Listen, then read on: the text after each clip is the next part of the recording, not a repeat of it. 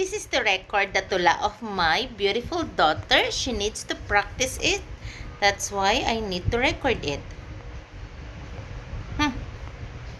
Itatats mo kasi mawawala yan pag Aming kinabukasan inyong paglaanan. Musmos man kaming naturingan sa paningin ng ating lipunan. Kaming mga bata ay may kakayahan na dapat palaguin at suportahan. Hubugin ang mabuting asal at kalusugan, wastong aruga at edukasyon ay ilaan. Nang kami lumaking huwaran, pag-asa ng bayan sa kinabukasan. Lahat ng ito ay maisa sa katuparan kung magtutulungan ang sambayanan.